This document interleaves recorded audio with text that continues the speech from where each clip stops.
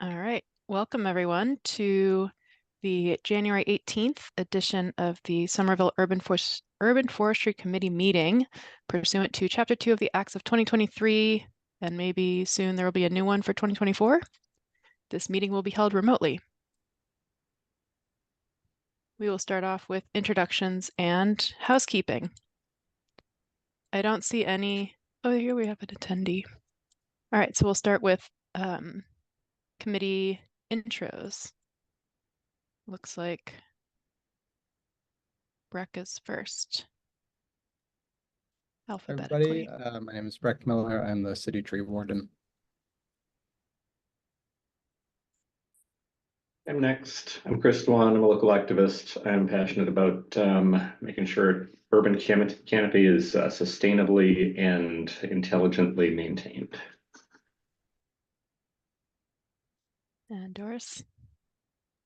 Sorry, still learning the order. Hi, my name is Doris Jenkins. I'm an engineer and certified arborist and a resident of Somerville. And I am passionate about making climate resilience through urban forestry. My name is Leah Grossman. I'm a landscape architect and co-chair of the Urban Forestry Committee. I'm excited about getting residents excited about saving our trees and planting new native trees and understory and shrubs all over the city.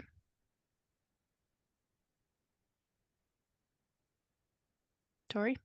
Yeah. Oh, hi, I'm Tori Antonino. I'm a co-chair of the committee, and I am an ecological landscaper and I'm passionate about doing what we can to restore and regenerate our ecosystems in small places, especially people who own land in the city and our city parks as well.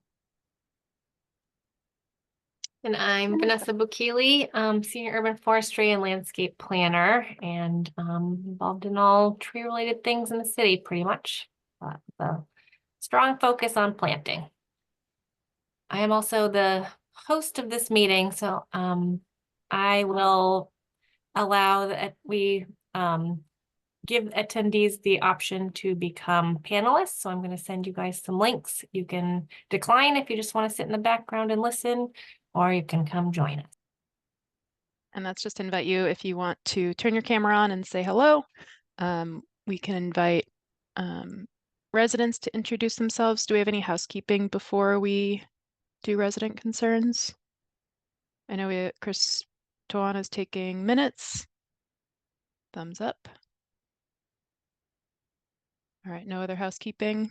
Well, I'd say we've interviewed 3 people or 2 people so far, and we'll be having interviews in the upcoming week, tomorrow, the upcoming week, and the week after next. And I don't know, perhaps by next meeting have recommendations. That quite possibly. Great, thank you. All right, do you want to have Malik give a intro and then we can open it up to residents?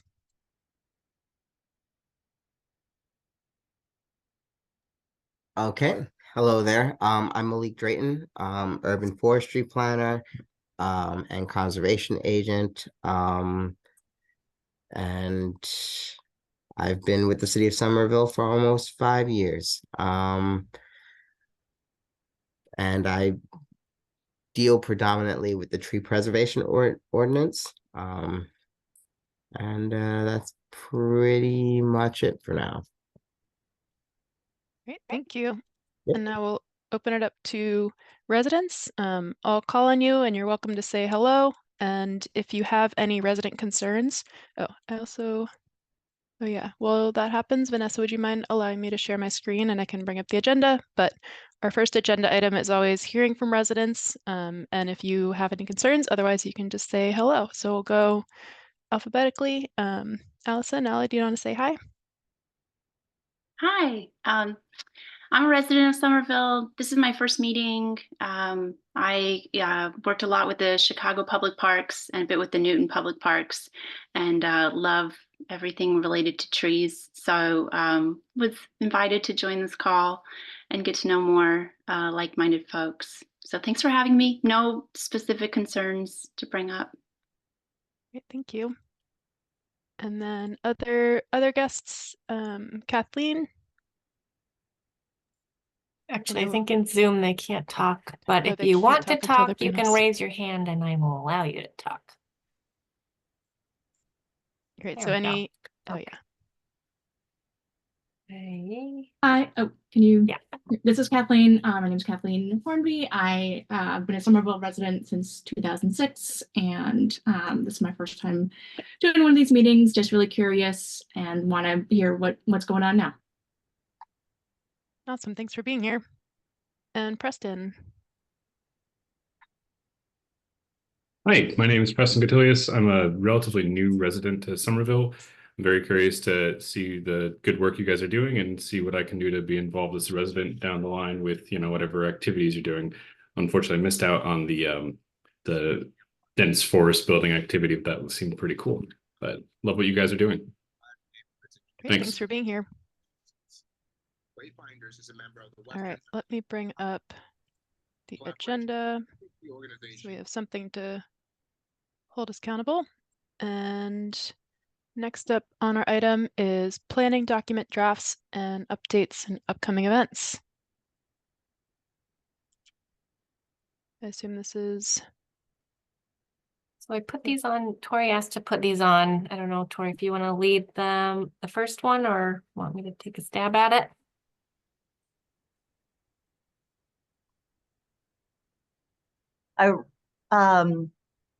Yeah, so I wanted just to put these items in here because these are ongoing city working documents and plans that are going to guide how we plant things, I mean, not specifically how we plant things, but how we create our open spaces, which of course includes plants.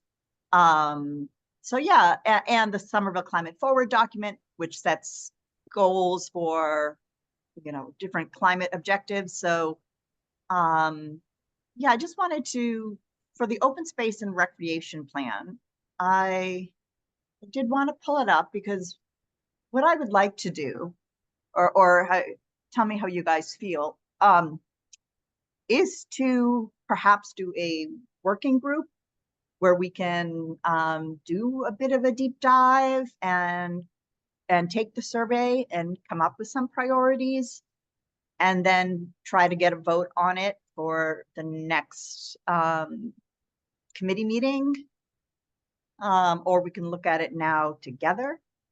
And the same idea with the Somerville Climate Forward document, like just seeing if we could come up with a position or any of our own goals, because these are documents that,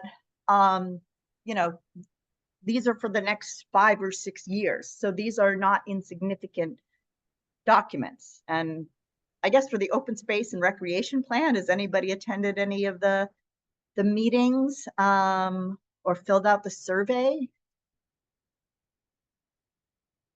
Preston, I don't know if your hand is left over or if you're wanting to enthusiastically participate.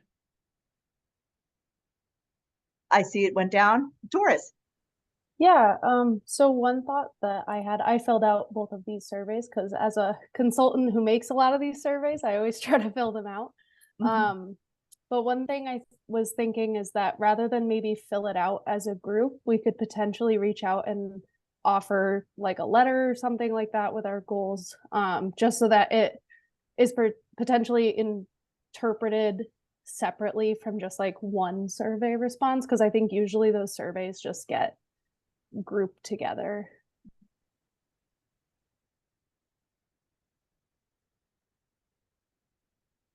So, Vanessa. I'm just going to put a link in the chat to the survey. It is open to everyone who lives in the city. It does close. I just talked to Allison. It closes on Monday. So, so take it soon. I don't think that based on it closing on Monday, we can have like a vote at the next meeting to have the survey count, but definitely a separate letter of ideas would be good. There will be a draft of the plan or parts of the plan already being presented at the next community meeting, which is next week. So I'm not sure how that merges with your desires here, Tori, but thought I'd bring that up. I'll put a link to the survey and also to the community meeting for next week. And that's the online meeting, right? The online meeting, yes. Okay. I see Chris. Yeah, I think it's great to have these up here. I think it's great to talk about them. In the past, for some plans, felt like the city has brought a focused presentation of the parts that are relevant to this committee, and we've kind of had a chance to talk through them in real time. I think that when done right is incredibly effective, and we can like light up questions that don't necessarily that are not even on the survey, and done as a sort of pro forma trotting it around to all the people, it's a complete waste of time. So also if the plan is already written and just being socialized, I'm less interested in taking this committee's time with it. But if we have a chance to, like, we could all just read it, right? But so I think another possibility is that if the drafting team wanted to come and chat with us, that would be maybe even better than us writing a letter to them. So if I can clarify, it's not already written. Parts of it are being written. There's a lot of technical pieces to the plan that have to be included. It's a plan that provides us a way to sort of guide our work in the next 5 to 7 years, but it's also a required document from the state in order to be able to apply for grant funding. So there are a lot of specific requirements that have to be included. So a lot of pieces are being worked on behind the scenes. That doesn't mean it's finalized. The goal is to have it finalized by the end of February. Allison has been trying to gather feedback from the community as a whole with these surveys and the community meetings. There will be an opportunity to respond to a draft, I'm sure. If we'd like, her to present something at the next meeting, that's possible, but it might be getting pretty late for her to make huge changes. Probably a better way to get more input into the draft would be to go to next week's virtual community meeting.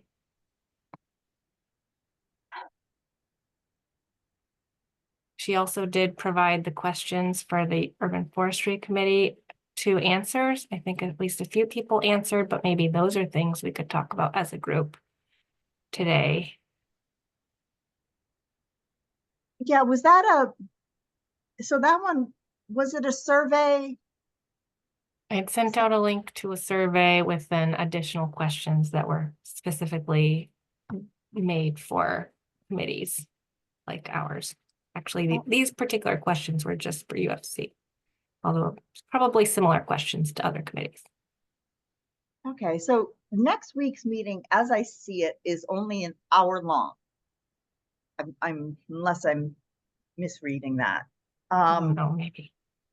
I'm just trying to think about how best to proceed, because ideally it would be to have Allison come and, spend a half hour with us getting our feedback and,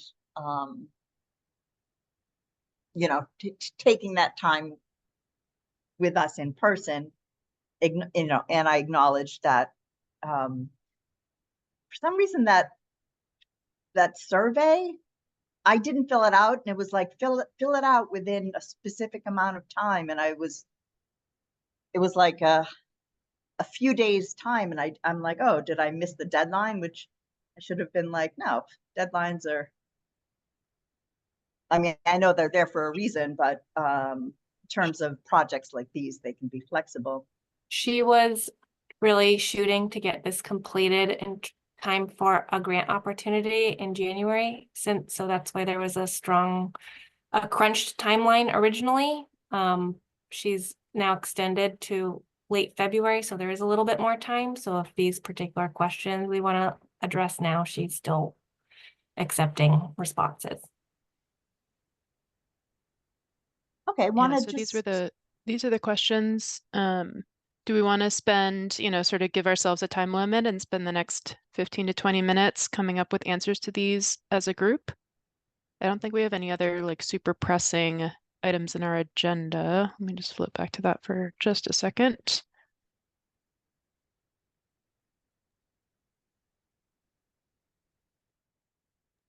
I will mention that I would love to wrap up the tree preservation ordinance if Yeah, we could. that's what I was just thinking. So yeah, if it's almost 5 now, we probably have 20 minutes to talk about this, 20 minutes to talk about that. And then if we can keep everything else pretty short, that seems realistic to me. Do we want to take it in, I guess they're equal high priority. I don't know what other folks think. I think it makes sense to take a moment and fill out these questions together and then have something to send to Allison. And I think I sent really brief responses to her and was like, I'll follow up later, and then got busy. Yeah. But I think we also all have the opportunity to submit individually. But I think if we submit something as a cohesive group, it's probably pretty holds more value or more weight. All right, so can everyone see this okay? So should we just start with a quick brainstorm, and I will type as fast as I can? Yeah. All right, I'm so just what do gonna we read the- see? Yeah, I'm just going to read the questions. Yeah, great. Just what do you see are the most pressing issues for the urban canopy in Somerville today? Please answer from the perspective of your position on the UFC. Okay. And what were you going to say? No, I was going to start reading it. So yeah, what do we think Oh, are our top issues? I'll say canopy loss from development. Yeah. And feel free just to shout things out. Get too rowdy, we can raise hands. Tree damage from development. Or construction, I should say.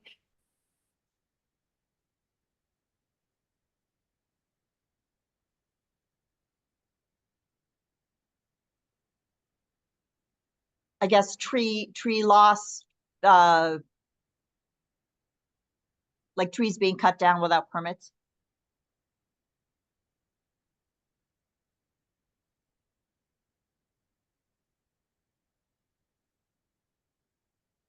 Invasive plants, invasive trees. Invasive other plants too. Invasive all of them. No, yes, yes, no, seriously.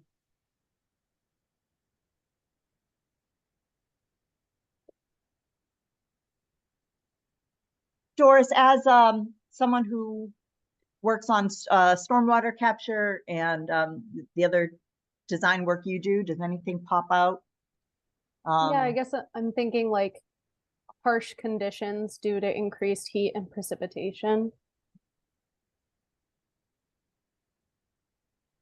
And I don't want to speak for folks who actually work for Somerville, but potentially increased maintenance with increased plantings, like taking care of everything we're aiming to plant.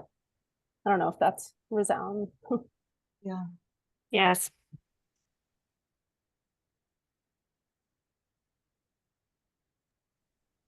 I'd say not even just heat and precipitation, but just extreme weather events. We've had such freak weird things happen in the last few years. Yeah. Something else too could be potentially like locations to actually plant trees that are accepting of the trees, like maintaining ADA sidewalks, planting streets that are highly impervious but don't have a lot of room for trees but need them. I don't know exactly how to. That makes sense because in the past there was a little more flexibility in our not having someone like Vanessa on board, you know, and Malik and the team sort of adhering to certain trees are in tree pits now. Vanessa would not have planted them per se. So okay, we probably can't take a position on this, but it does bother me that the Somerville Municipal Union does not have a contract, and that we don't pay them enough to do the things that we don't pay them enough to do the things that we're asking of them. And if we can't take a position, that's being a semi-municipal body. I just want to speak it because it's I think we can definitely say we've observed the inability to fill positions. And I don't know if we can say why that is, but could be We because can it's not. say low tree crew salaries. Mhm. yeah. We can absolutely say that not being able to staff the tree crew has held back Breck's mission for literal years, as he said, to use contractors, and we've all heard the challenges with that. Like every time you get a new set of contractors, it's a whole new day, and if you're trying to do something a little bit non-standard, it's a new effort every time you get a new contractor in.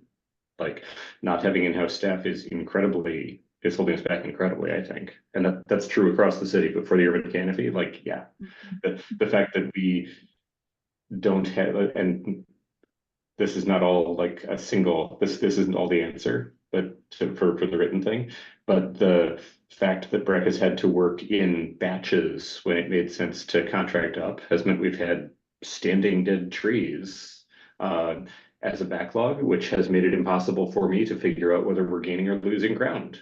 Because like when trees are dead, we don't remove them necessarily. We haven't removed them necessarily. And so we just kept a backlog and we planted. And some of them were dead, but we didn't know if more died than had been planted, which is maddening. Anyway, sorry.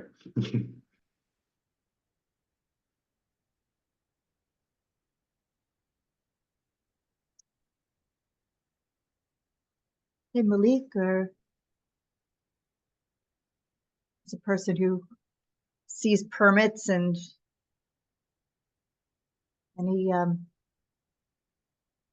any thoughts from what you do?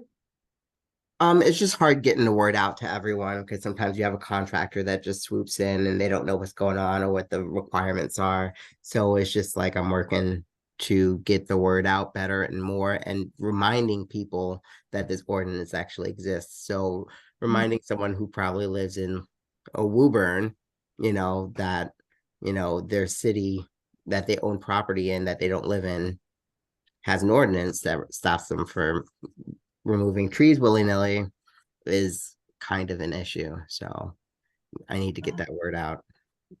You mean people who live in Woburn but own property in Somerville? Yep, absentee landlords. Yeah.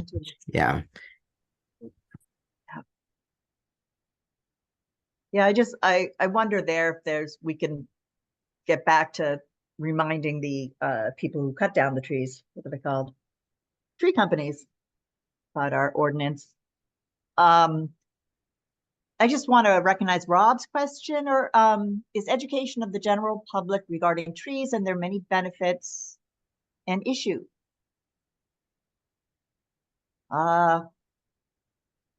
We could say, yeah, education around trees. I definitely think that's an issue. Does that feel good? Rob, give me a thumbs up if sort of phrasing like education around trees, and you can add air quality, blah, blah, blah. Yeah, I'm happy to have you do anything you like with it. I'm just was thinking that, yeah, that might be an issue. So yeah, whatever you want to do with that is fine by me. Okay, I move to add it, a soft motion. I Okay, think that might even jump into the how have things changed category too, because I feel as though there's more education available now more than ever. So both a goal and something positive too. Yeah, that's a great point and good segue to our next question. Yeah, I would really call out on this one, and this inspires me. I'll probably write my own response to these. it is night and day in the city from 5-ish years ago to today. Like we have this committee, we have substantial staff in the urban forestry department. Like there's enough staff that we're able to plan where to put trees and manage a permit process and actually do some planning on top of that and get the word out about stuff. We have made huge progress in the last 5 years. And I think a lot of that is around staff, like headcount, and with a recognized mission with some support. Absolutely. Just quick, Dorothy, hi. What we're doing is going over questions that Allison sent us in December to inform the open space recreation plan, and we're answering them together. But we can also answer these individually and still send them in. So, quick introduction when you get a moment.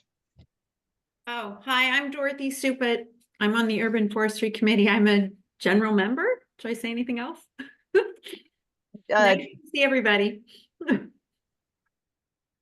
the question is, have things changed over time? What is different or unique about today? And Chris, let me know if this kind of captured your first point here. That looks great. I don't know if we want to add this, but I think from my limited experience, right, the industry has shifted a lot too, and that there's a lot more like research being done, and there's a lot more cities to use as examples who are also doing this work. So there's just a lot more to reference, I think, today than there necessarily was 5 or 10 years ago.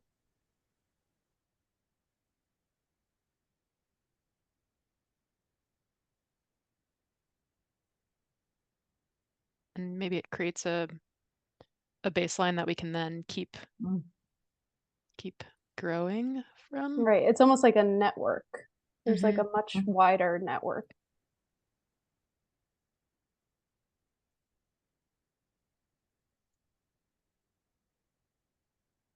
I'd like to add just people's understanding of the role of the indigenous ecosystem or native plants, and their role in stemming biodiversity loss and the benefits of specifically of native plants versus, let's just call, introduced or ornamental.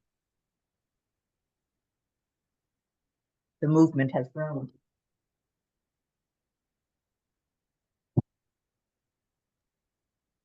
Can I ask a question about that comment, Tori? Sure. Yeah. I was just curious to know with climate change, how that affects how you think about indigenous plants and in terms of the shifting of like the USDA zones and things like that. That's something that would be important for this discussion. Yeah, I think that's a real thing. I mean, personally, I think we still can source from like Virginia and Maryland, versus depending on anything outside of sort of the eastern seaboard region.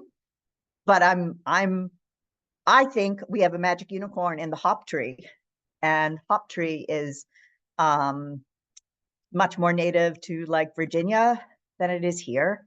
So that's my take, is that we live on the northern edge and we have, oh, damn it.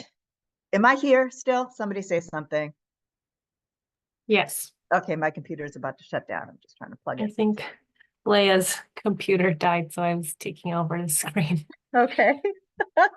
Oh, was that what it was saying? Yeah, probably. It was on her screen and I'm panicking. Can you see mine now? Yes. Okay. Yes. Good rescue. And I've been capturing the discussion too, so we can stitch it together after the fact. Yeah. Okay. I mean, those are just my thoughts. I imagine people have different thoughts about, like, you know, what is nativeness and indigenous indigenous in this age of the Anthropocene? Good question.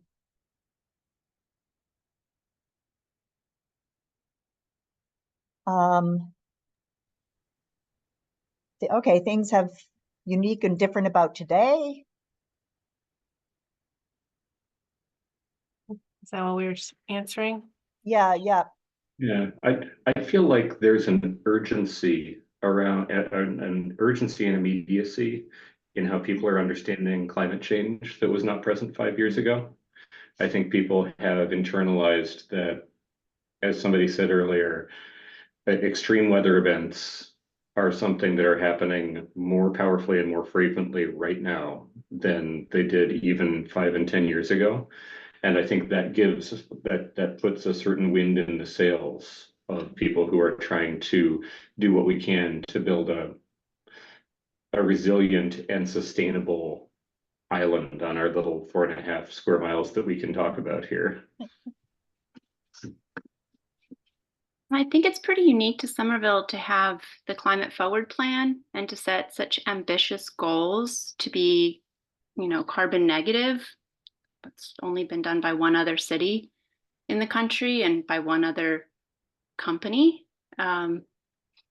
So you're really like out in front, and it needs to have a lot of things tree related going into that, since it's like our best technology for carbon sequestration.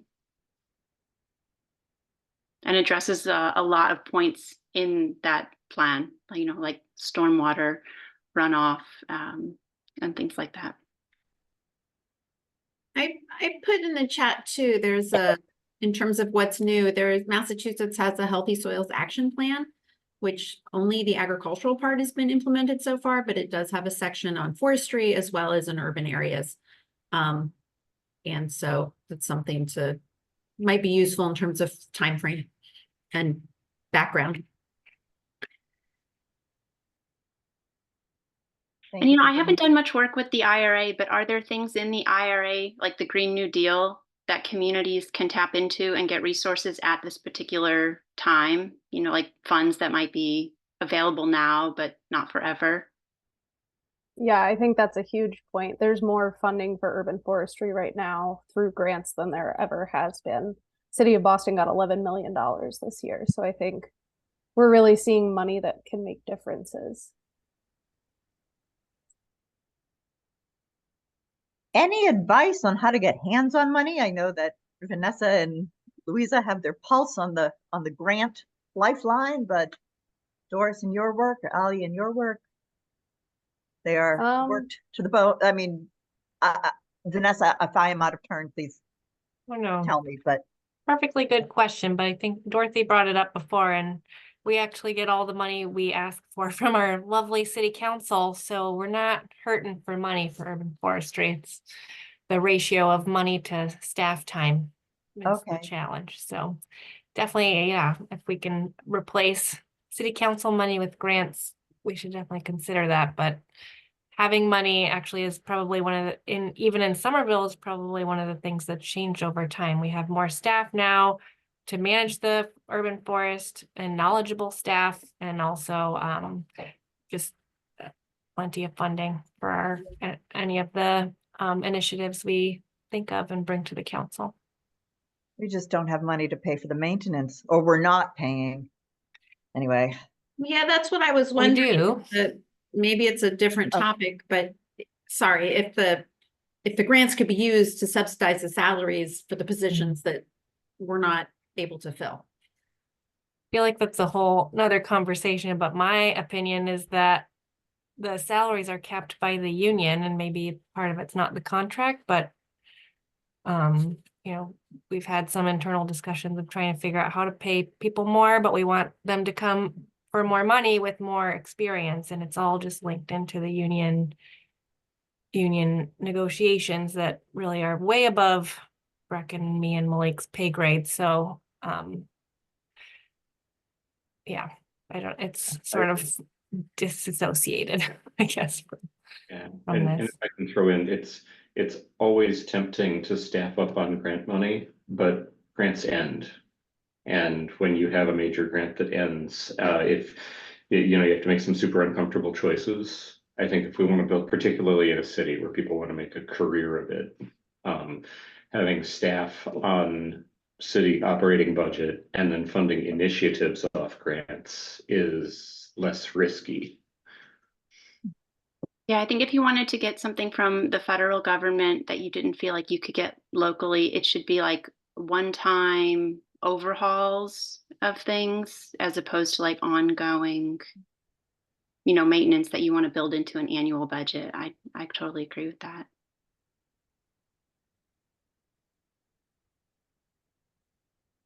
Gosh, we have good conversations here, don't we? And we embrace the tough ones. Can I add invasive species? That changes over time. And I just noticed like now we have JWs or the jumping worms, which we might have had 5 years ago, but I don't know if it was on everyone's radar. And of course, now we have our lovely little spotted lanternflies. So those are 5 years ago. They were not on my radar. So I imagine that's true of other people.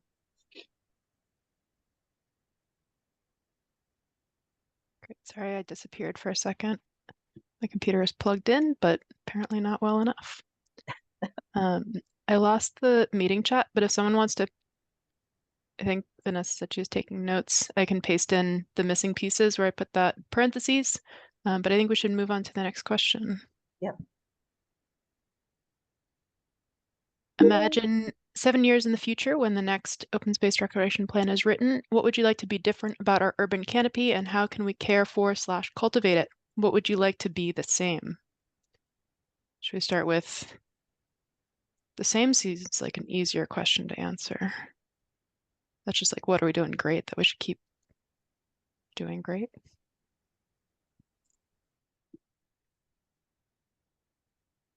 Quickly, do you want me to keep taking notes so you can share easier? Or do you want me to switch back over to your document? Either way. So I reposted the chat. Oh, thank you.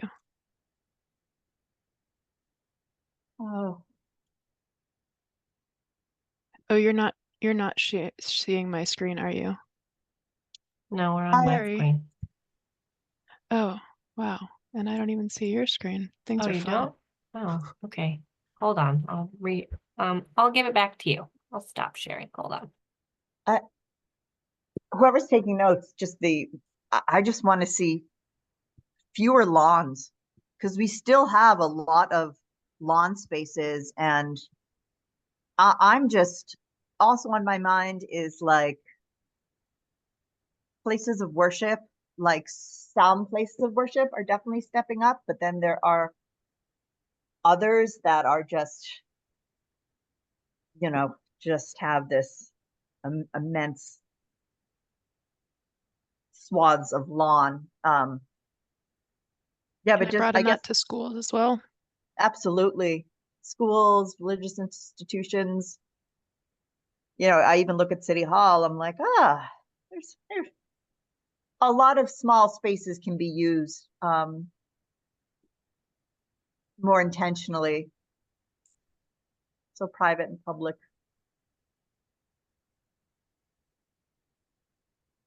Yeah, if to build on that, my natural enemy is the ground level surface parking lot. That's one of the things, I think it's the single worst use of space in Somerville are these multi-acre blacktop parking lots. And I would love to see us push with every mechanism at our disposal to, at the very least, put pockets of green in them to cool and not just have them be little hot plates for the city.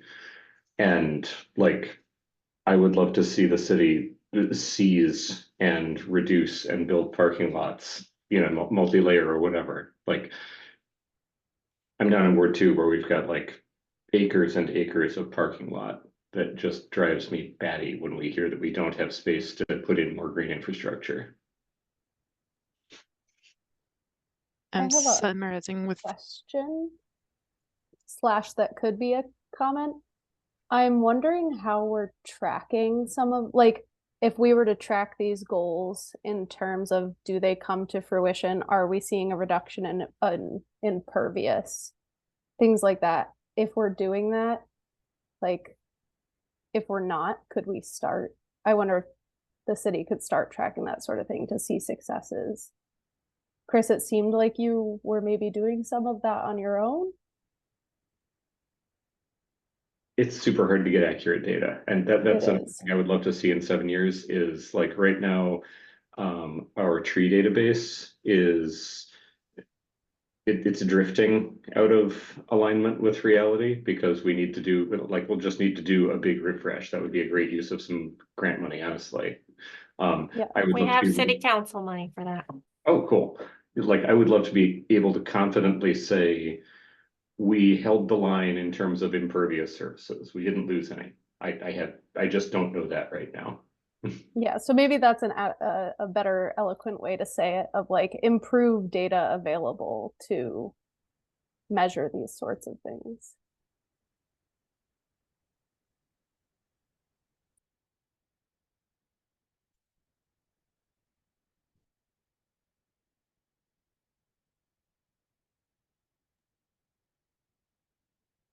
I think in 7 years, we would like to see increase in our canopy.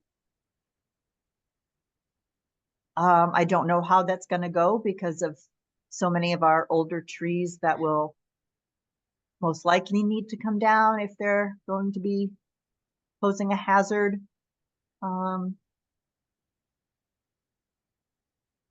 So maybe no change at the minimum. At least Ideally, keep an up. increase just to stop the loss, but like, and again, maybe that's where private individuals are able to help. You know what I want to see? I want to see more shrubbery. I want to see more understory plants because I think they provide a lot more biodiversity. Well, I think they can provide a lot of biodiversity and manageable in a manageable space where someone who might have a 5-foot caliper, sugar maple in their front yard, that maybe that is not easily sustainable. Okay, yeah. Yeah, building on that, that's actionable for the open space and the parks planning context. I would love to see, like right now, we've got this segmentation between the various teams within the city that care for various green spaces. And most of them, I think, do not have a concept of ecosystem benefiting shrubbery. And like a lot of the city's land is cared for like as if it were sort of a lawn on a suburban, a museum of a suburb somehow. I would love to see the city unify and integrate those practices so that the good stuff that we're doing in some places can also go to parks and the municipal grounds.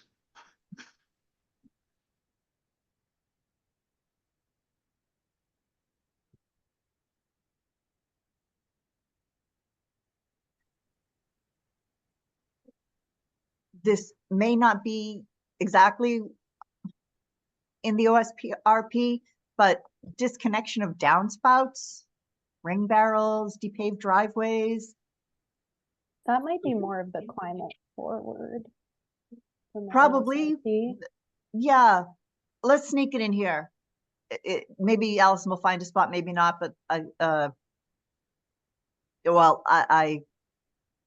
we don't have to put it in here, I should say, but what about more intentional stormwater reuse or something like that, like as it relates to watering trees or something like that? and friendly amendment, the private Yeah. public, both ones. Okay, thanks.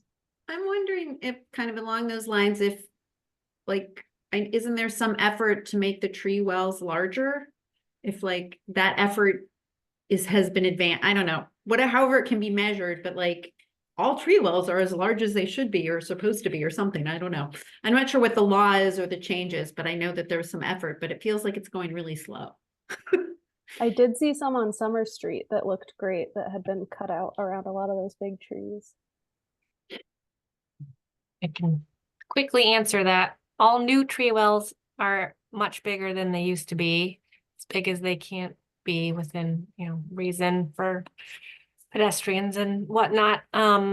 With when we do redo streetscapes, those get enlarged. Otherwise, it's like if we happen to be doing sidewalk work around a big tree, we'll increase the size of the well, but that's why you're probably not seeing a lot of change around already existing trees. So is that is that guided by some regulation or ordinance? No. I do tree planting, so I can make the hole as big as I want. Streetscapes, they're already redoing the sidewalk, so they can leave a big hole when I tell them to. And then the rest are it's already an existing sidewalk, so it's a different process. That's harder. And I know a lot of newer developments at least have more of like a treeway where there's more soil volume. So I think the rule of thumb is like 1,000 cubic feet of soil per tree, and ideally combining as many as possible in a larger combined soil volume. And I know Somerville is pretty good at sort of mandating soil cells or other subsurface structures in more plazas and urban, more dense areas. So yeah, so I think this captures it, size of tree well and soil volume. Even if you don't see all the soil, it might be there. I think maybe that speaks more, also like maybe add like 4 existing trees or something, because I think that's the part that's missing from our current planning. Great. And then just seeing Rob post is including some sort of protection of the well. I think that's a huge goal, because I know a lot of our trees are not doing well because of dogs and car doors and people walking on them or jumping on them.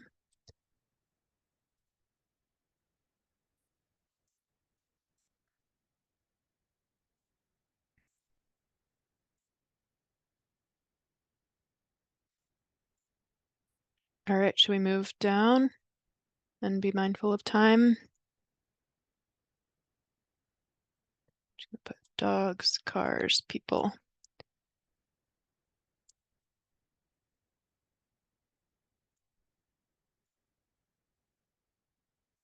All right, so now regarding open space in general, what do we hear from residents about what they need regarding open space or recreational programs? This one I was trying to think if we've had resident concerns specifically about these things. And nothing was coming to mind for me. I don't know about other folks. I hear about outreach. I hear, and this is a symptom, right? But I hear like people come to me and they say, I was surprised and shocked at whatever change. Why was I not told? So and I think that'll stay true no matter how much outreach we do. You cannot reach everybody, but people don't like to be surprised, particularly with removals, even if the tree was standing there dead and hazardous.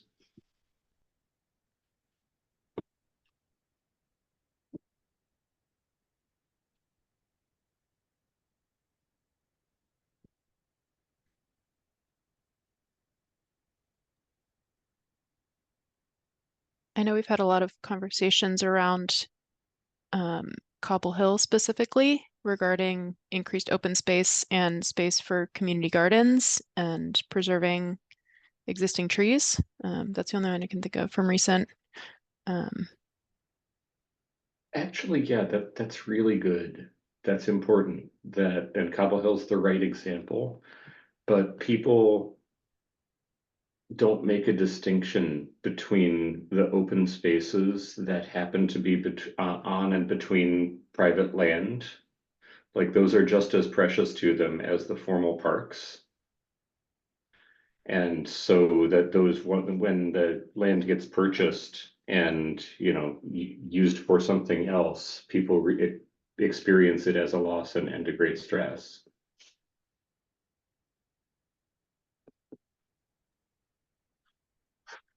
You know, and that's sort of what we see when trees get cut down. And I'm trying to think, did we have people when the Homer Square maple tree got cut down? I don't know if we had people come to talk about it. I mean, maybe I'm just confusing it with the flurry that was on like a listserv that was like, what happened? So just kind of, you know, expanding on what Chris is saying, that like that tree on Prescott, like,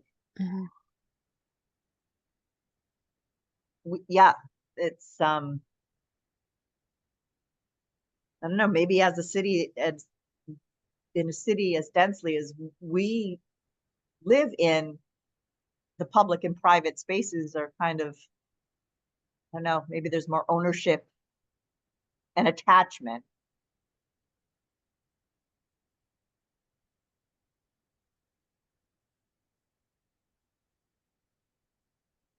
And more trees. I think people are just like, we need more trees.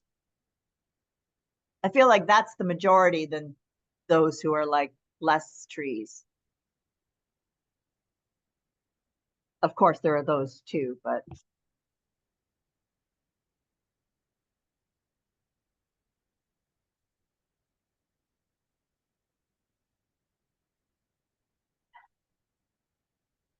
shall we go to the next question? Does Yeah. that make sense? And I'm just putting a note in here for Allison to be saying we're not sure if we can give specific examples, but we are, and they're representative and important. All right, do you hear about any barriers to enjoying existing open spaces or recreational programs?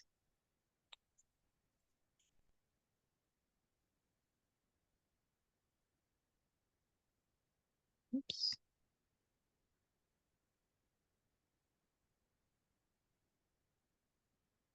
I think locks on gates and fields, community gardens.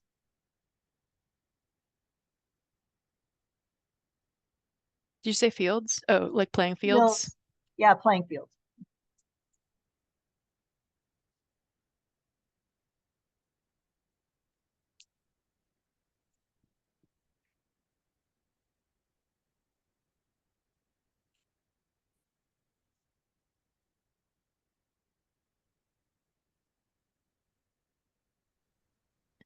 Yeah, I'm always on the opposite. So like, I think that there's a time and a place for having a specifically with community gardens, having the gardeners have the ability to know that their stuff is not just going to get wrecked by one, you know, ignorant or malicious person.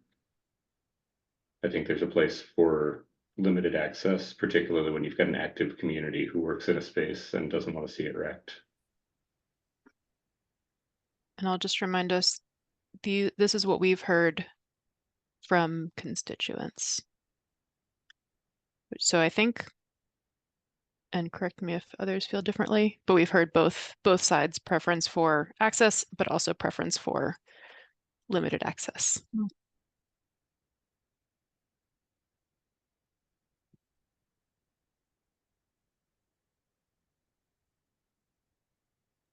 I've also certainly heard challenges in accessibility from folks with mobility challenges.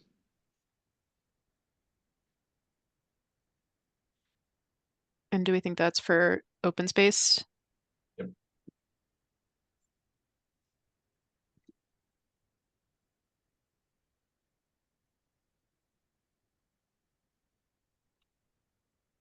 I did hear, particularly around Capuano, like the heat being a real issue at in that playground, and the need for more green area. And it was specifically at Capuano. Allison might have captured this though.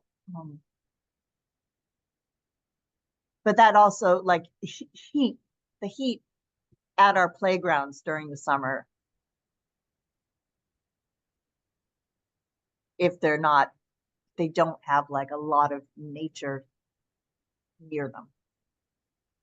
And to go on that as well, I remember when Foss Park was presented a while back, concerns about air quality Mm, in open space adjacent to the highway. yeah.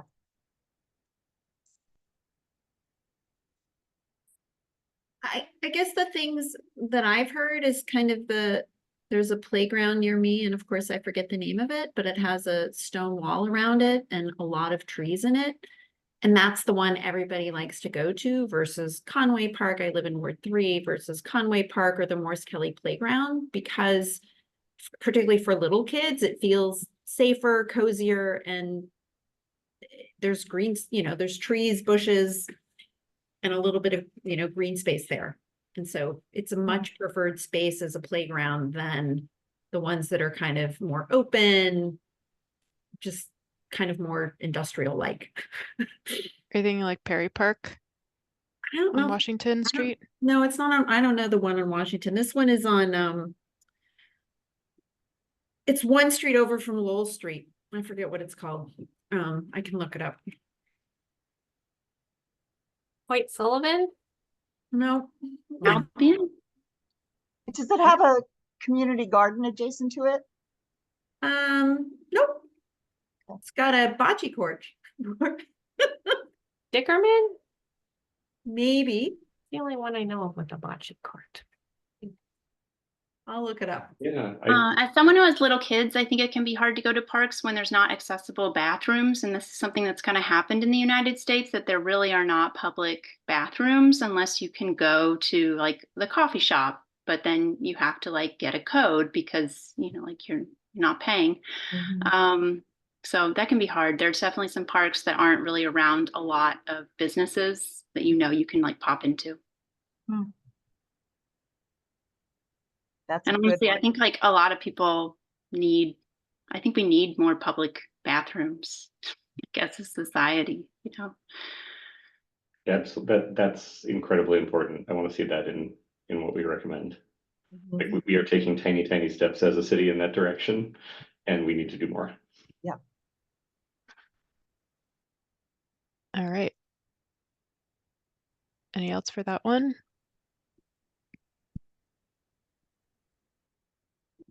All right, do we hear about any types of open space or recreation that don't exist that are needed? I will renew my call for a polo field. That doesn't need to go in. Not something that people have flocked to us asking for? Have to go to the North Shore. This dates back to the focus on youth soccer.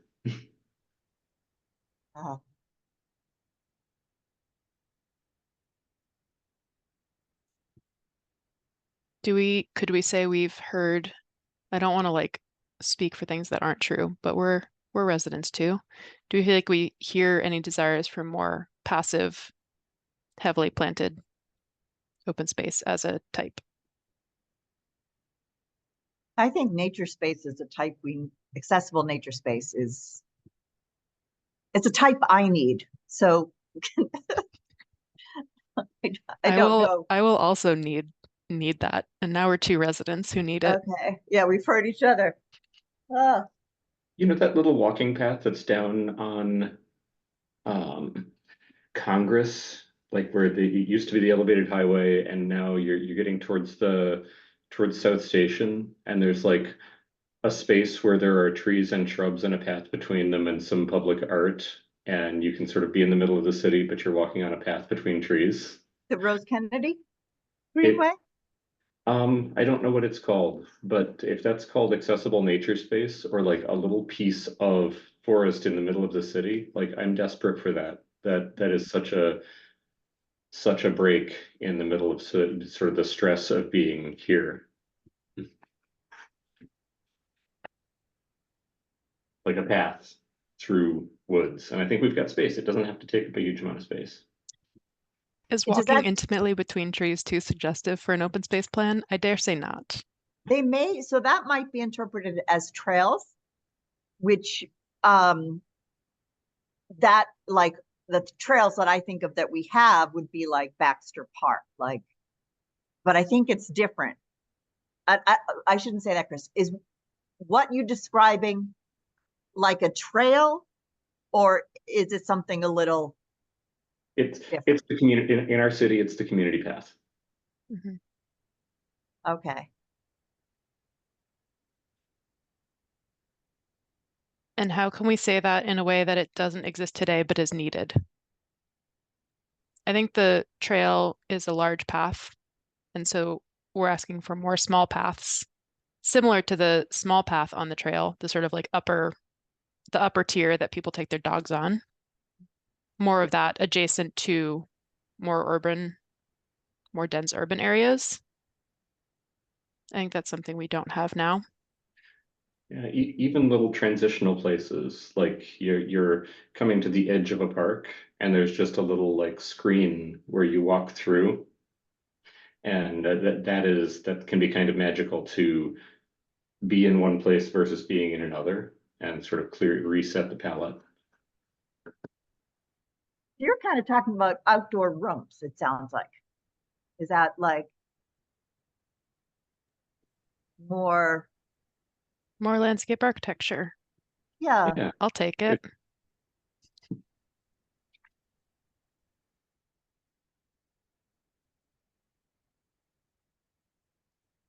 Small transitional design spaces Beautiful, I think. near plazas and parks. Would we say that we have a strong representation of pocket parks in the city today? Do we have any pocket parks? Got Yeah, Quincy Street. We've got Durrell on Beacon. There's one over in Book Village. Okay. You mean the Lake Street one? Possibly. Or that's the new one? Elon's new one. Elon's assumed. Omachi. So there's some small ones. Mhm. Do we think there's any micro dot parks?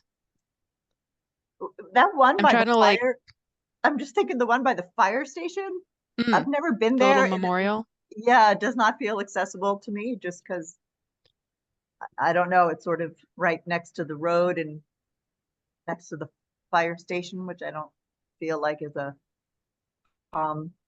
place to be. Do you think it's safe to say taking advantage of any space to have plants and people together? Yeah.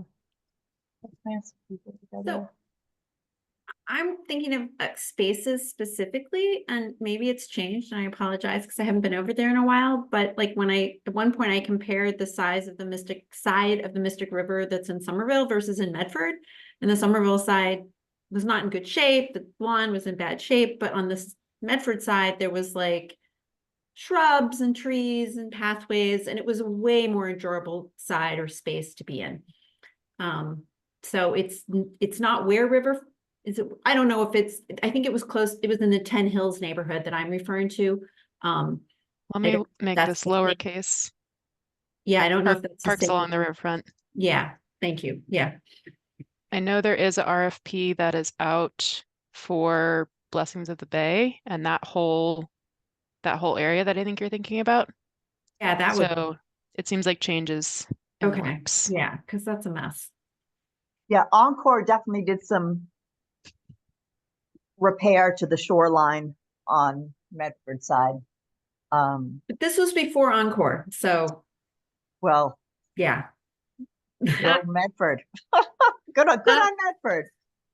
Not so fun fact, the Medford side there is mostly ash trees and they don't treat their ash trees and they're all dying. Not gonna be very tree soon. Sad. All right. Is there any other feedback we've heard that we would like to share? And welcome, Kala. Feel free to say hi. Hi, Cal. Hi, sorry I'm late. No worries. We've just been filling out this open space recreation plan survey that we got from Allison, and we've just finished it. But if you have anything else to add in the other feedback we've heard from constituents, so if there's anything you've heard from friends or other residents that relates to open space or recreation, now is your chance. Or the other chances we've had to reply on this and still have. I can't think of anything off the top of my head, although I did just hear you talking about the Blessing of the Bay Boathouse. And I work there over the summer for the Paddle Boston company. So I have noticed like a lot of like trash and like pollution in that area. Awesome. That sounds like a really fun job. Yeah, I was thinking, Kella, thanks for bringing that up, because I was wondering if like, do you and your fellow classmates have like passes to, do you have like season passes to the boathouse? Because I think it's like $400 a season to like rent canoes and things. Like, is there a discount that students have, or? I don't think so. I mean, I have a discount because I'm a staff there, but I don't know if they have a discount for high school students. They might have a discount for like college students, but I don't think high school students get anything. That's too bad. That should change. Yeah, maybe we can add it. I just feel like we have, one thing I would like to see is, and I've heard it from myself, is that just more access to the water, since we have a river. Just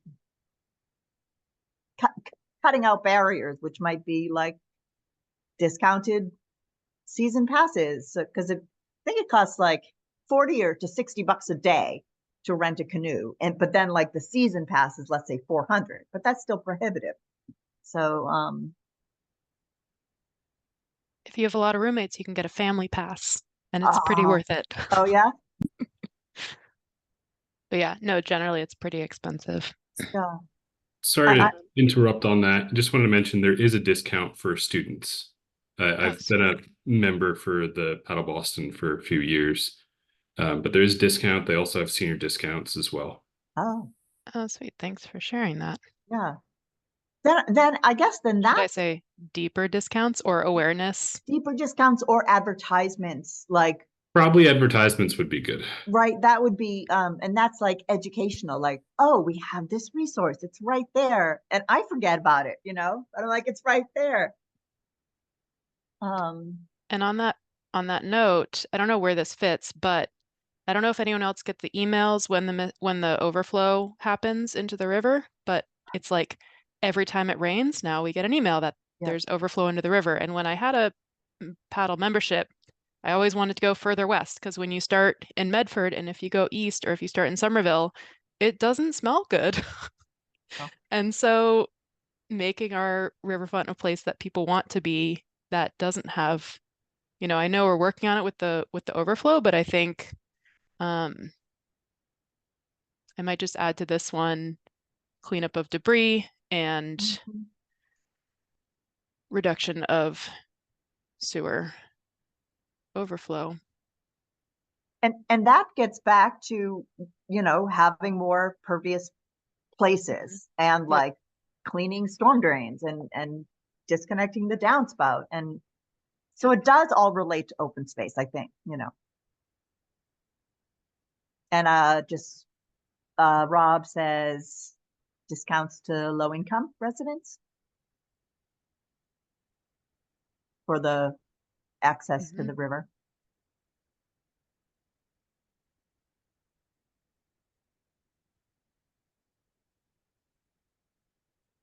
Needs to have more open space. All right, I think we don't have to vote on this because Allison just asked us for it, or should we have in the notes that we've? I feel like we don't need to. Yeah. It's just a collection of our thoughts. Individual thoughts. We're not publishing it anywhere. All right. Is there But anything as else? long as we agree on it, right? If anyone strongly disagrees on anything, Yeah. I don't want that to. And if we feel okay, I will read over. I pasted, I believe, some of these things from Vanessa, and I don't think there's any duplicates, but Yeah, I'm oh, here. comfortable with it as long as we put a note at the top that we just took notes and that this is not an official statement of the committee. Great. Yeah. Oh.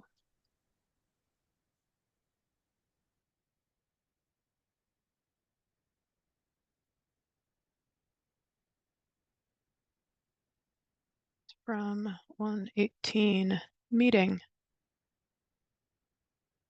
for use in the development of the OSRP 2024. Awesome.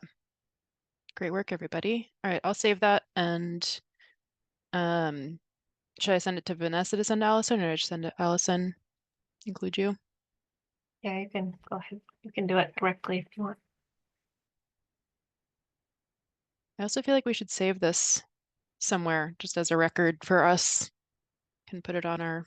If you send it to me, I can staple it to the minutes Oh, perfect. That would be great. digitally. All right. And I think we have about 45 minutes left, so I think we still have enough time to run through the rest of our agenda. Do we want to, I don't know, skip to our TPO decision and then go through the rest of the business? Or should we do updates from the city and then do TPO? The other items in number 3 are pretty much just, hey, here's some things to do. So maybe we can do quick announcements there. Great. Somerville Climate Forward has an updated draft. I'm going to send a link to the Summer Voice page. Is there anything else? You can comment on the draft that way. Is there anything else you wanted to add, Tori? Oh, if there's appetite to have a working group on this, I'd be interested. If not, I'd just encourage us to fill it out individually.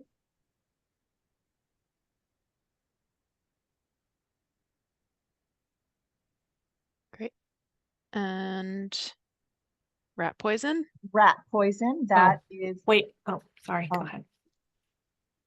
There's just another one in between. You skipped Davis Square. Sorry. I didn't mean Commercial to skip area Davis plan. Square. Davis Okay. Square commercial area plan.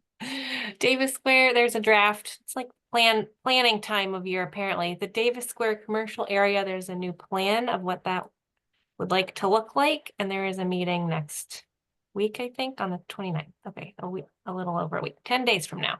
You can find out details on this Summer Voice page in the chat. The end. Awesome, thank you.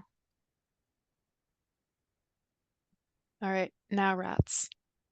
Rats, yes. So Green and Open Somerville is hosting it's not a meeting, it's a presentation on rodenticides and their problem they cause. And it's being held on the 23rd. Thank you. There we go. Yes, we are having Laura Kissel, and it's going to be Tuesday, 7 to 8:30, Central Library. And we're just trying to get people to come. In last year, we lost a bald eagle who was named and loved, who lived on the Mystic River and was poisoned, died from eating poisoned rats, most likely. And so, how do we move away from that? And I want to put the link in the chat, but I can't seem to. I can. Could you do that? I'm like, I think I pinned my taskbar and now I can't get. And so, yes, please come. Thanks and I for don't sharing think that. I don't think we have a Zoom version, and let me just double check with Renee. I'll do that right now. So that's that, yeah. All right. Should we jump to quick updates from the city? All right, city tree removals. I don't have too much to report. I think Vanessa told you the last time around, we've had a few emergency removals. I think we lost about 5 trees in that windstorm back in December. And there have been a couple of ash trees that have split down the middle in the last few nights. Other than that, I've got a handful of hazard removals that'll probably be coming up in the next couple of weeks. And once I've got those scheduled, I will send out a list.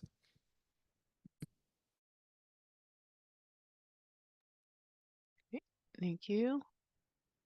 Private tree removals, permits and exceptions.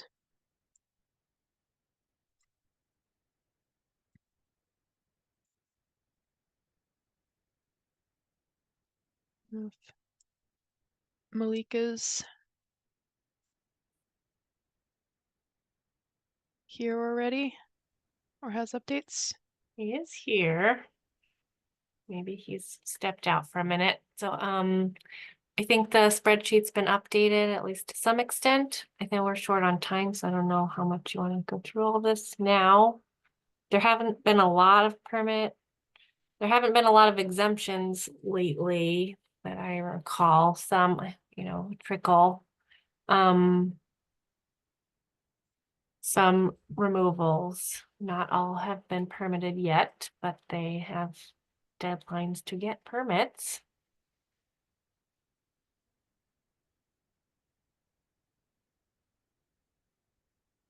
It looks like a couple from the end of December. Yeah. Yeah, I don't remember any other new ones. Illegal that tree have come in. removal. The Prescott was also illegal tree removal. Pretty much all of those were, no, Everett was permitted, but the other ones are permitting after the fact, so TBD on how illegal they are. All right. So I would like to know, just what's the bill gonna, what was the final bill for Homer, and what the bill is? Bill, I mean fine for Homer Square and fine for Prescott. So fines can begin 30 days after we notify them that they're supposed to get a permit, but mitigation funds are replanting, different legal terms there. Oh, okay. For Homer, they ended up actually getting a permit. They're planning to replant the number of calipers that were lost. So they didn't pay any money, but they're planting. It was, I think, 61 inches in there. So I don't remember exactly how many trees it was, but a good number of trees. I'd like to see that list. Hello? Hi, Mike. Hi, Hey, Will. sorry, I missed a portion. That's okay. Yeah. We were just talking about Homer, how many trees they are going to replant. Yeah, it should be about 26. That sounds right. Yes, 26. So I'll update that sheet and then I'll go over my exemptions when that's ready. 1 second. So they're gonna plant 26 2-inch caliper trees on their property. Yeah, we'll see how well, we're gonna have to hold them to standards, so I'll be there to inspect whether they do things properly. I'll measure the trees, make sure they're all the proper inch, make sure everything survives. And then if they don't, then we'll go back over the mitigation violation issue. For the ordinance, trees that are planted are required to survive for at least 18 months after they're planted. Yep. For those of you who don't read the ordinance regularly. Thank you for that, Vanessa. Well, I hope it works. I mean, honestly, I'd rather the trees than. I hope it works. And I'm glad they decided to replant. All right. Any more updates on this sheet? Uh, no updates on this one. But let's see. In terms of the recent exemptions that haven't made it to the list, I have an exemption for 6062 Central Street. Let's see. There. It was an Ialanthus. 15 to 17 Illinois Avenue. That one was a hazardous one, right? And let's see. That's perfect. And the next one would be 314 to 316 Somerville Avenue. That one's another Ialanthus. Well, I guess we are getting rid of a lot of Ialanthus. That's something that we could note for TPO progress. We've kind of put a small hit out on them.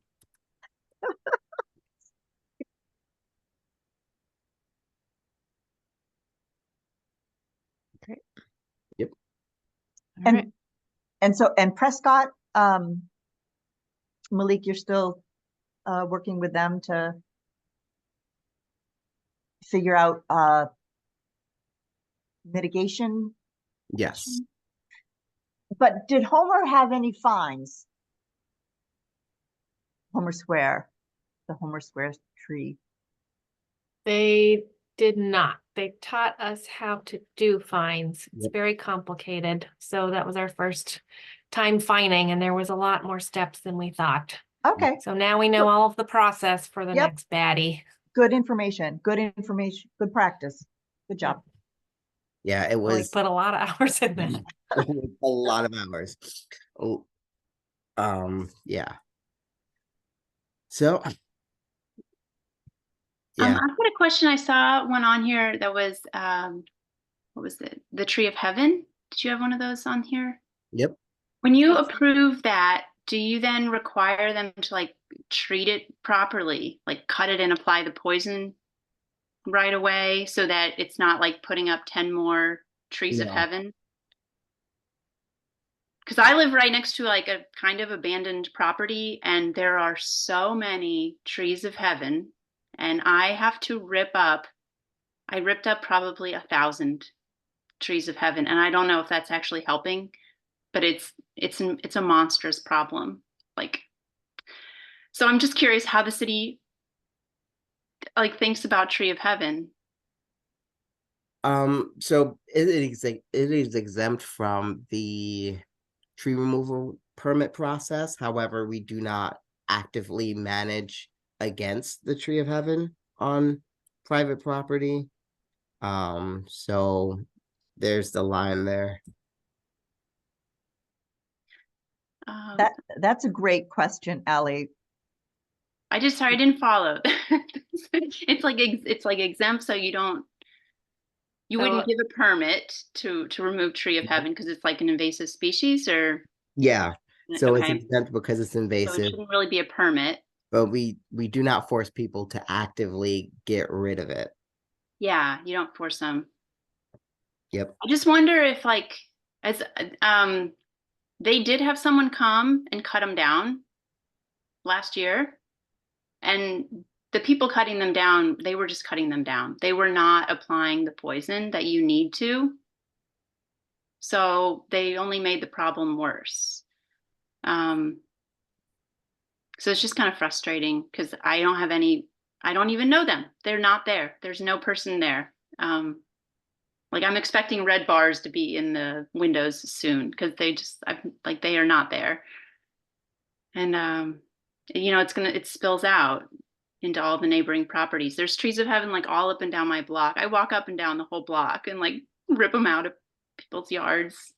And but like that's not like a sustainable solution, you know.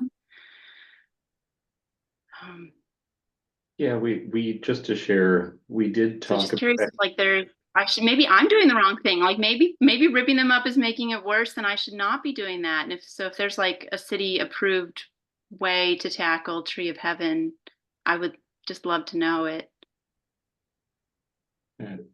But I can share, we talked about when we were drafting the tree preservation ordinance back in 2018, whatever it was. We had a bunch of ideas about pushing better practices on private property, and all of them fell afoul of the legal department, where it is really challenging to get people, like, to insist that people do specific stuff on their private property. I would love it, like that we don't have a blight ordinance in the city. There is an ordinance about things being overgrown as a shelter for rodents, which is mostly used to escalate neighborhood disputes. People complain about each other and then get the city to issue a citation as sort of a slap against a neighbor they don't like. And that there's not, it falls in the same category as the idea of offering resources to residents, to owners, to maintain the big, beautiful trees that we wish that they would maintain rather than cutting down because they're expensive. And that is also super hard to, from the city budget, give money to some property owners and not others. Like legal just cautioned us really against our ability to do that and not just get sued and lose. It's a great point though, and maybe education would help, but for an absentee landlord who is just doing the least, I don't know how we would force it.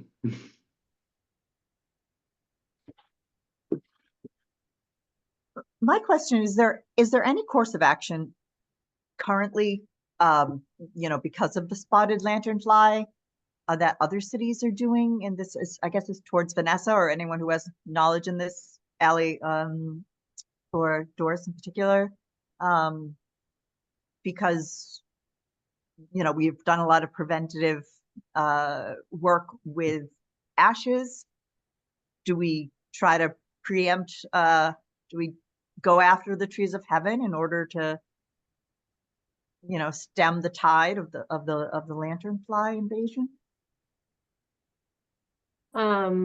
Maybe we should. We don't have a policy to do that.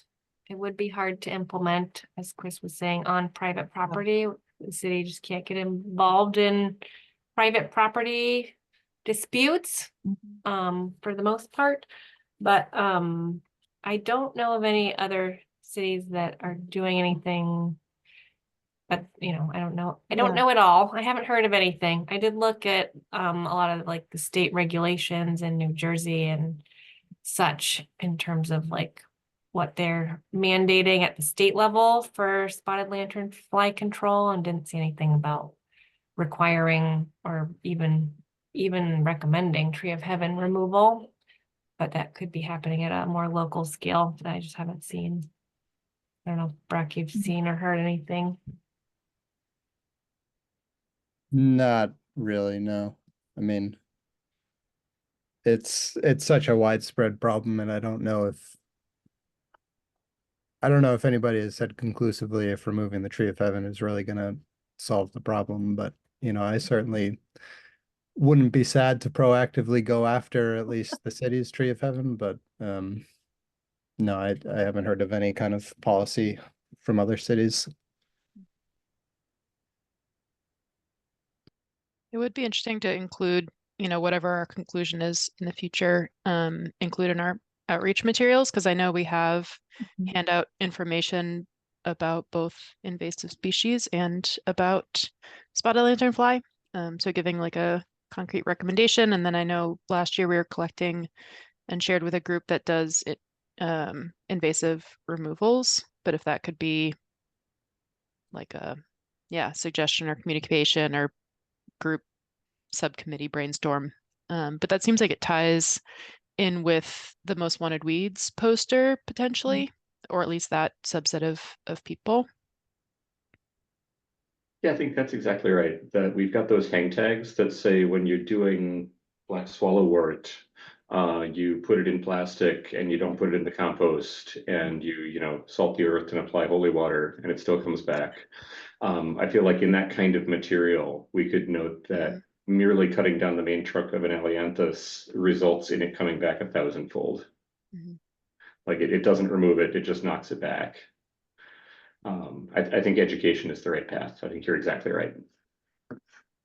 And just stump grinding would resolve it, right? From not something that we would The do, roots but can go so far. You can go so far. It's not like a typical tree. Certainly not. Huh. Yeah, That's that's interesting. Maybe I can ask. I go to some of the buff meetings. So that's a good way to maybe just see if anyone else is doing something else in the city. Yeah, that would be super interesting. Let us know what you hear. All right. To keep us on track, do we want to quickly get Somerville Pollinator Action Plan update? yes, absolutely. So we had a meeting, I believe it was the 8th. The SPAP committee and several attendees, we went through what is called, I don't know if it's called our advisors, or there are a bunch of different. So part of this, part of the action plan, the proposal from offshoots was that they bring in experts that they'll interview and take guidance from, and they're going to bring in 10 different experts throughout the course of the compilation of the plan. And so we talked about the merits of the different proposals, the different candidates that they were proposing, and we kind of sort of settled on focusing those who are nearby, including people like Uli Lorimer of the Native Plant Trust out in Garden in the Woods, and there were a few apiaryists and that's like people who kind of focus on honeybees, and we don't want the focus to be on honeybees, but there was a particular person who is an apiarist who does a lot of work with families and community and education, and so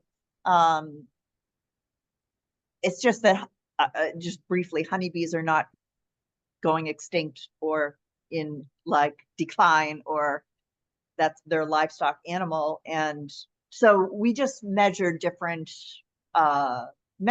metrics of people, and I'm trying to find a list to give you a better idea, but that's the general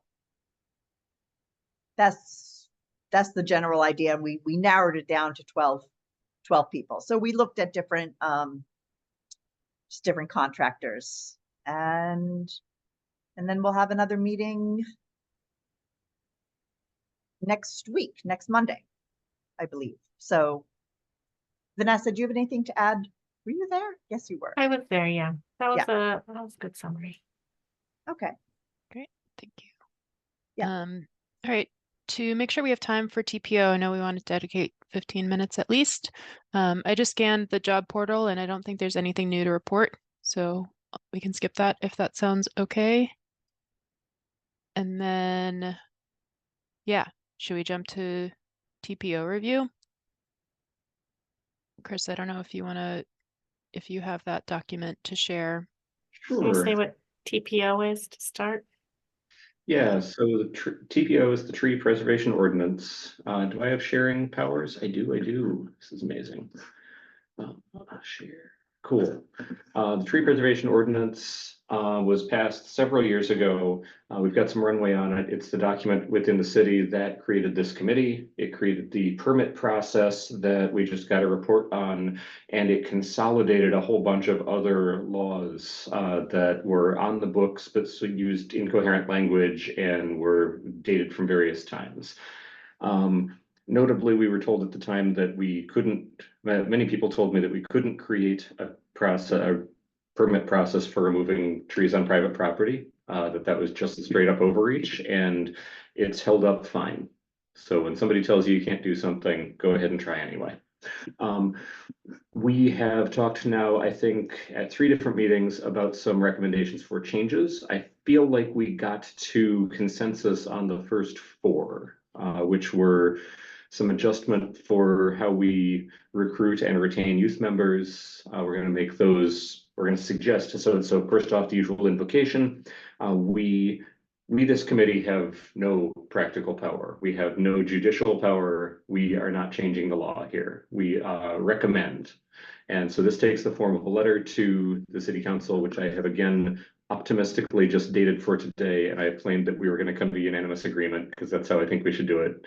Because basically, if you say to a legislative body, hey, we couldn't agree, it is unlikely that they're going to pick up and say, hey, we are less informed and we're just going to pick sides. Like, so I really want to do this by consensus.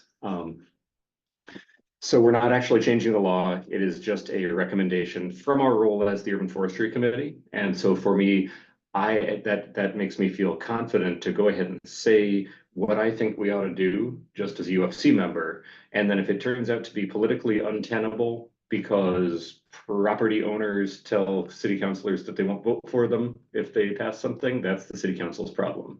My attitude is we should recommend something nice and strong as the Urban Forestry Committee.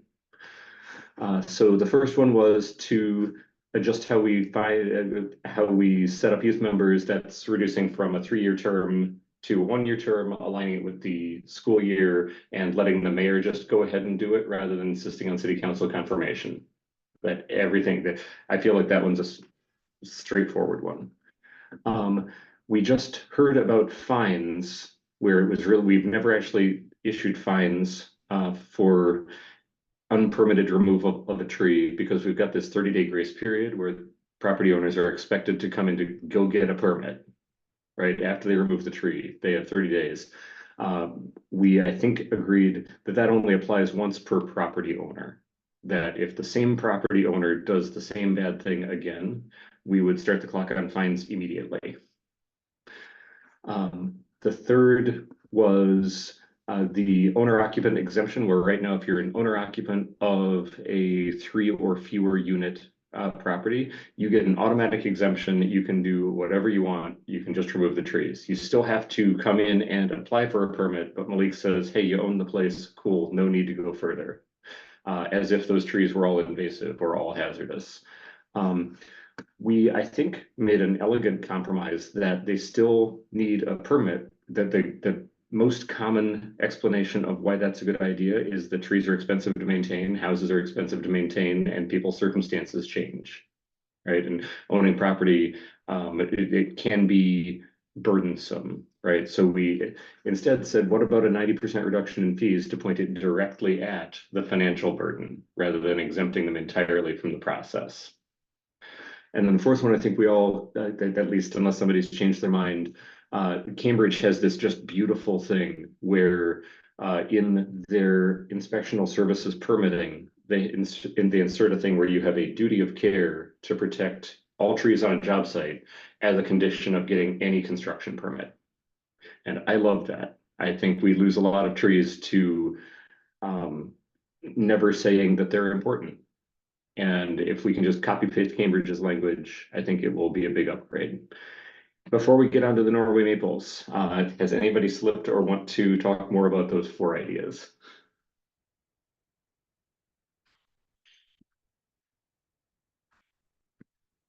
Cool. Onward to Norway. Would there be a duty of care for the tree of heaven? Let me see. Because I would love if that property got developed, if they actually treated it properly. I mean, it So sounds like it's exempt from your process. And I'm sorry, there's not much time, so I don't mean to derail. no, it's good. It's good to talk about these things. I want to take done right is better than done fast. So in Cambridge's, they say all significant trees are adequately protected and maintained, blah, blah, blah. A significant tree, if we were to just, I don't know what Cambridge calls a significant tree, we say it's 8 inches DBH and non-invasive. So a tree of heaven can never be significant. What it does not say is that as a condition, you decide to redo your deck, you must nuke all the invasive species. I think that would probably fall into the overreach thing. But basically, we're invasives are never significant. Okay. But okay, I thought significant. They don't get big, so maybe that's why they just go up. Now, I don't have the ordinance language to hand. Our significant trees are all trees 8 inches and above in diameter, except invasive species.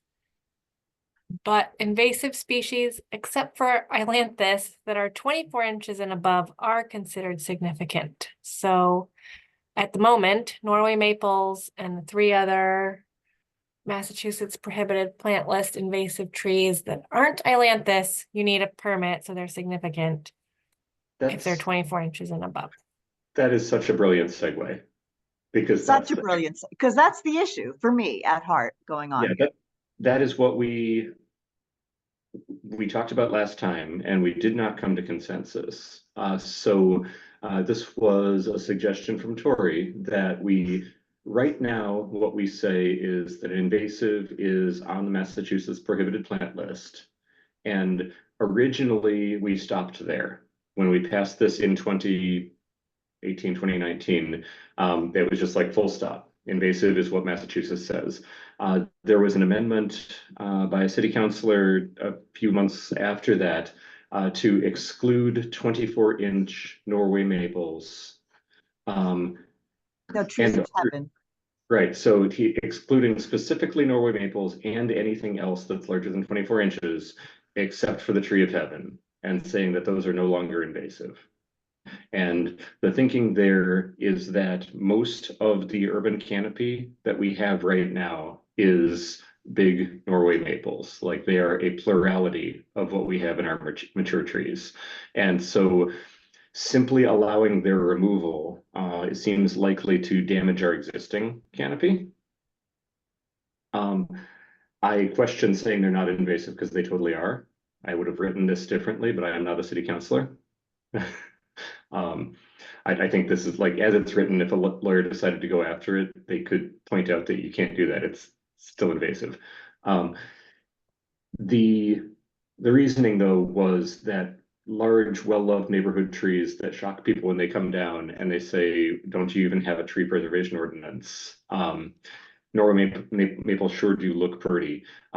The counter argument is that they cause damage to understory plants. They inhibit the growth of all sorts of other virtuous things, and they spread themselves wildly. That we are going to continue to see them springing up unless we should basically never issue any additional protections to them. And I'll say, I'm having thought about this a bunch more. I remain on the fence about it. I don't know what's the right answer. My instinct is to offer to, if we can't come to some consensus fairly rapidly here, to push this to say the committee couldn't come to, like, basically to remove it, because it's not something we could come to unanimous agreement on. I'm not willing to speak up to fight to keep it in. I'm not willing to fight to take it out. I would like to make the other 4 recommendations at some point in the not too distant future. So pausing there, my instinct would be to just delete this and put it on a future agenda if we want to keep chewing on it.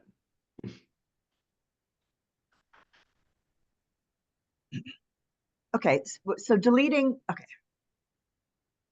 My thoughts are, I mean, I've said this, we should be paying people to take down Norway maples. that said, I understand that if like a developer that has a lot of money who takes down a tree, like they should somehow be charged for that tree, perhaps regardless of its invasive or non-invasive qualities. But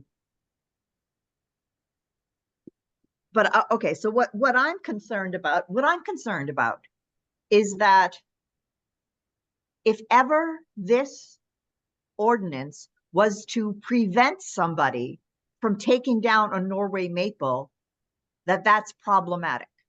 I would never want this to prevent somebody, that if this Norway maples in particular, I mean, I kind of feel this way a little bit about sycamore maples, and I'm not sure what the other two plants are that are on the invasive, the two other trees on the invasive species list.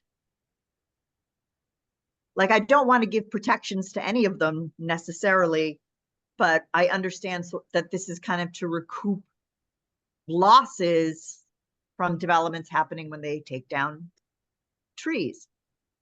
I don't want there to be any, for homeowners who want to take down these trees, I don't want anything getting in the way of them taking down trees like these. So I'm just, I don't know. I'm not sure where to go on this. I just, like, I still want to extract money from developers, but I don't want to extract money from homeowners who are trying to do the right thing. Yeah, on that, I would say if it's an owner or occupant of a 3-family or fewer, they're already exempt. They can do whatever they want. And we're proposing changing that to a 10% of the real fee. So owner occupants, homeowners can already have great freedom to do whatever they want. But they would still, according to this, they would still need to pay 10% since this is considered a significant tree. Right. If they had a 24-inch Norway maple and they decided they wanted to take it down, they would still need to get a permit, and they would either need to replant, which I think if they could replant native species, if we could somehow guide that behavior, that would be even better. The reality is that right now, when you remove a big tree as a owner occupant, mostly it's to add a parking space. I don't know if I agree with that Yeah, characterization. Mm-hmm. I feel like a lot of them that I recall are like, it's just gotten too big and out of hand, or it's cracking the pavement and I can't walk very well, but I'd be happy to plant another tree. Like I recall definitely other situations. Yeah. I would also be content with the argument. I feel like it's not as strong an argument, but the whole it's incoherent to claim that they're not invasive when they get a certain size. Like, it's just not correct. It's not. They get It's more always invasive. bothered me. Is it because it like pulls so much carbon out of the atmosphere? No, they just didn't know how else to characterize it to exempt it. It just fit best here. Yeah. It's just a legal reason, not rational.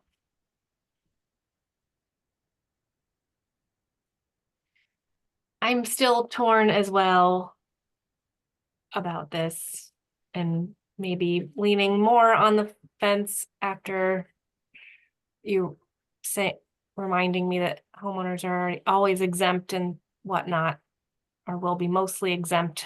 Like, I still feel like there are lots that are covered by Norway maples, and those lots are going to be modified by developers, and I don't want them to not have to plant anything. And if charging them to remove giant Norway maples that change the character of the neighborhood, so we can they will plant other trees that cannot be Norway maples because they cannot plant Norway maples in Massachusetts, then that is good. And if this stops people from removing a Norway maple that's surrounded by asphalt and sidewalk, which can never be replanted because there's just not space for it, then I'd rather have the tree than nothing. I mean, So, but people. this point, I feel like we might want to punt it because I'm not going to agree. I mean, there are people who are depaving their driveways, let's say, and then that's going to prevent them from having a native robust, herbaceous plants or understory. Well, they would not be if they exempt. replant trees or if they're homeowners, which is likely the case because if you're depaving a lot, you probably live there and you care about it, want it to be nice, then they're exempt. Until they a still have that- situation comes where someone really wants to remove a Norway maple and they can't because of this, then maybe we can then maybe I'd be more on board. But so far, I don't have any clear examples of where this would prevent removal. Yeah, prevent removal in a case that we wouldn't want. So let me suggest this. Since I've taken up a lot of the committee's time with this, I would suggest, and I've got versions of this saved, I would suggest just removing this, and this will, when I hit delete, this will also remove that header item above, and it'll just go back to what we had consensus on.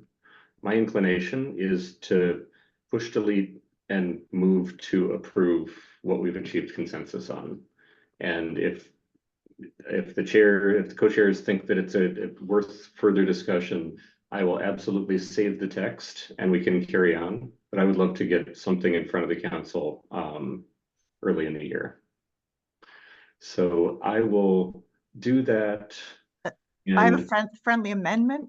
I would like to move to vote on approving this as written. Okay, then discussion.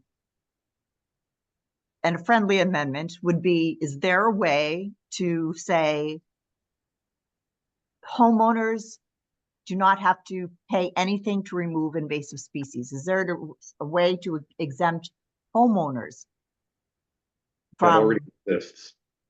No, they have to pay 10% for a significant tree. If So it's I'm an saying- invasive species, no, a homeowner who lives there Yeah. is exempt from paying anything or replanting anything. All they have to do is put it in a document, a permit application. They don't have to pay oh, sorry, I keep forgetting about this change. You're right. Yeah, 90%. 90%. So can we Right. say save for invasive species? We have to change the language based on the way that the invasive species is defined in the ordinance. But yeah, I would be okay with that.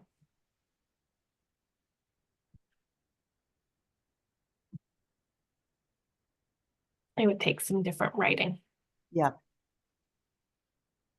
So you can deny a friendly amendment, Chris.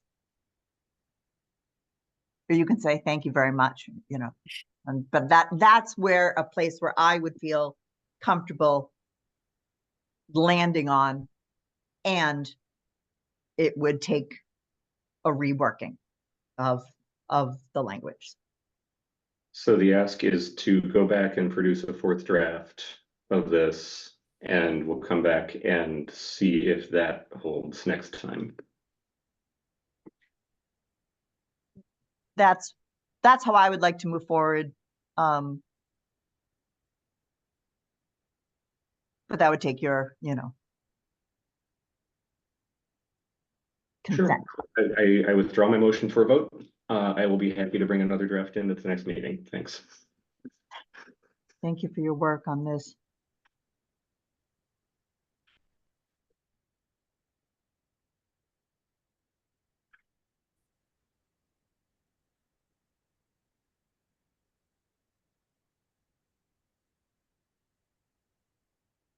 Yeah, I don't know if I feel we have consensus, and I think the invasive issue impacts more than one of the items. I'm also unsure if we're gonna come to consensus in future meetings, so I'm also on the fence. I would be personally in support of exempting all Norway maples from homeowner I think I'd be in support of that. Maybe we can, just as a suggestion for how to word that, maybe change where it's called invasive plant and somehow describe it somewhere else. I don't know. If you'd like, Chris, I can work with you on try to phrase that. Sure. Yeah. If anybody wants to help me write that, I've lost lock on what we're trying to do exactly. And I worry if I work with you, Vanessa, that I'll come back with something that Tori won't be recognizable to you. And I worry, Tori, I have the same concern. And maybe if the three of us could get together and try to do that, because I don't want to do a game of telephone where we're not converging on this thing. So let's the three of us get together for a half hour over Zoom and see if we can come to consensus. Okay. Sounds good. I'm also going to forward you, the city of Newton just updated their tree protection ordinance as well. It does not, from what I can tell, have any mention of invasive species at all. Just another tack, but. I have to go. I'm sorry. I have to leave this discussion at this time. But anyway, see you guys next month. Thanks, Dorothy. Thanks, Dorothy. I think we've decided to skip ongoing work updates. Do we want to approve December minutes, or do we want to? Yeah, we want to approve those so they get published, right? Great. And we still have 2, 4, 6, yes, at least. All right. I am moved to approve December 21st minutes. Do we have a second? All right, and vote Chris. I approve it. Kala.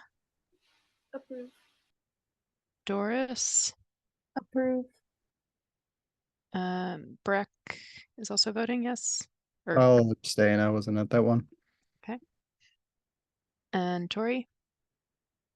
And Vanessa seconded it. All right. Yes. December 21st minutes are approved. I now motion to end this meeting and see you all next month, if not before. It sounds great. Thank you. Thanks, everybody. Good night, everybody. Good night, everybody. Good night. Thank you.